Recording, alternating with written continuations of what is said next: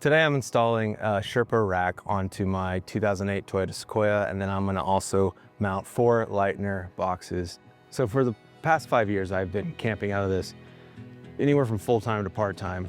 When I first started camping, it was full-time. When COVID lockdowns happened, I had to move into my car, and I got really good at minimalistic living. And then fast forward, I got married.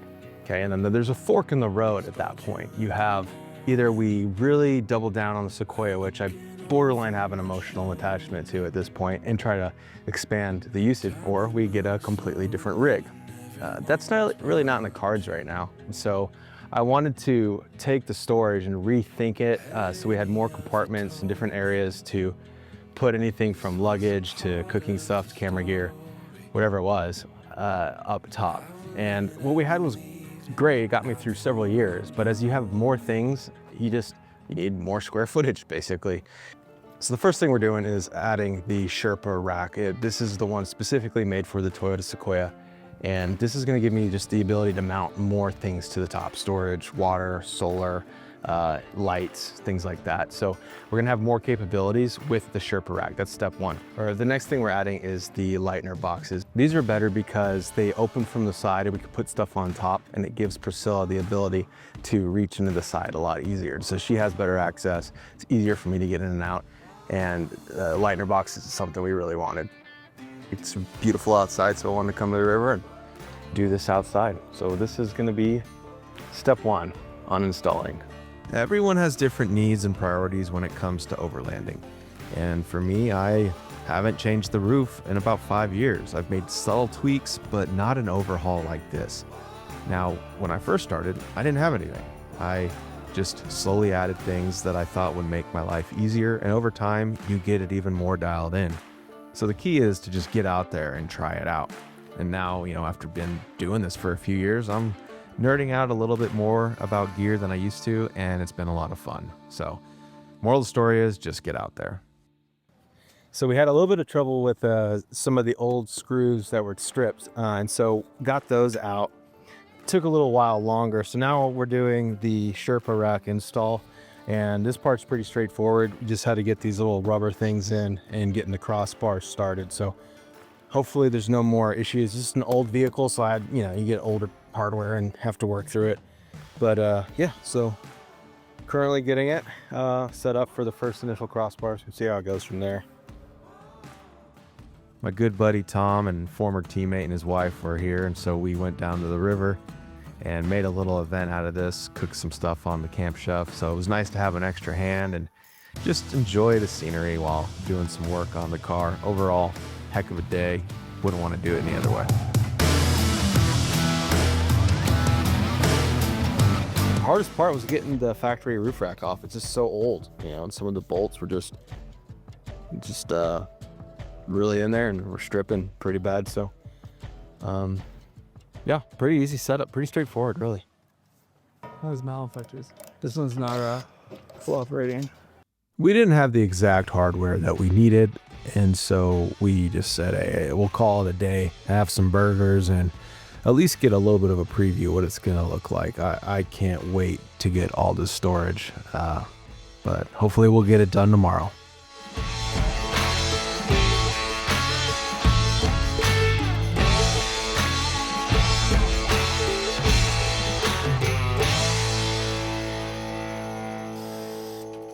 I was really excited to get this project done, and so we just went and grabbed some bolts from the hardware store. I didn't have enough T-nuts to mount all the boxes, and it was making things a little bit too difficult. So I decided just, hey, let's park it for now, and I'll be patient and wait for the right hardware to get here. So the Leitner boxes come with hardware, but it won't work for a Sherpa rack. This works with the Leitner racks. It just won't fit into these slides here. And so I had a couple of these T-nuts, but not enough to do all the things that I wanted to do. So what I tried to do was just put a basic nut in here, but the problem is you got to take this apart pretty much anytime you want to slide something in. So when I wanted to put the water port on, I'd already put the box on. So I would have had to take this whole thing off. And when you have these bolts in there, they don't slide great. They slide, but they can get jammed. And so if you have to move 4 of them at a time, becomes a problem. So that's why the T-nuts are so clutch. I ordered these after the fact. It does come with some, but I ordered some after the fact. I think I got like a 50 pack or something, because you just drop them in right there, and then your bolt goes right in there. And so you can mount anything really easily after the fact anywhere you want. And so that is definitely a pro tip. Make sure you get the T-nuts. It might seem obvious, but I thought I could do some workarounds, and these made my life so much easier. So there's 3 reasons I chose Leitner boxes. And yes, full disclosure, they did send me these boxes for free, but I also reached out to them because this is what I wanted. There's 3 key reasons. One, the side opening, which I mentioned before. That was a big thing just for access, because I spend so much time reorganizing stuff, and it kind of ruins your day when you're having to spend like 30 minutes climbing through a box. And so this makes it easier to have modular storage, easy access.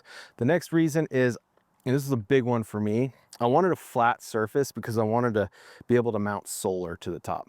You could still do that in my previous setup, but this was just a better way to do it. And I'm adding some Lenson solar panels to this build next. The third reason was this quick release. It's so easy to get it on and off. And so you can see I have an empty space there. These are already installed. I just take it off really quick. It's interlocking, and so you don't have to worry about it going anywhere. This is how easy it is to put it up. So the plate's already up there. These don't weigh very much. And so you just get it lined up. It locks from the inside, and so there's hooks. I don't even need to climb up, but I can reach it just fine, but this way I can see it. Just get it, make sure they're pushed into the hooks. You hook the latch. You can lock it, and now it's attached. I mean, it literally takes seconds. Another thing I want to talk about is load rating. And this is something that I don't think is completely understood in the marketplace. There is a factory rating on your vehicle. So what the roof rack can hold, because you only have a few screws that are actually connecting your vehicle to the rack. And so by the time I load up a heavier roof rack, a bunch of boxes, a water port, you're almost at the load rating right there. And the confusion is that you can load on top of these boxes, you can load hundreds of pounds on that rack, but you're gonna exceed the load rating of the vehicle. And so that's something to keep in mind. And that doesn't even factor in the difference between off-road and static. There's a difference between if you're driving on the highway, sitting still, or actually going off-road. And so each load rating, you gotta be really careful that you don't overdo it on top.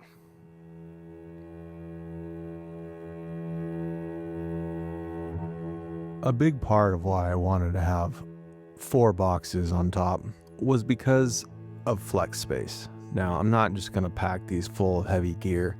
A lot of times they're gonna be empty. And this way, when you're camping, you're able to put stuff up there and just get it out of the way.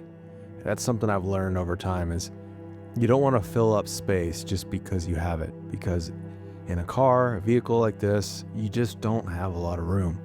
And something as simple as an extra mug or an air pump or an extra hat, it can just get in the way. And so having the extra space to just put it up there while you're at camp, like a backpack or whatever, can make your camping experience way better. And so having that flex space is a big factor. And so now that I have it done, I can sit here and enjoy some coffee on the river.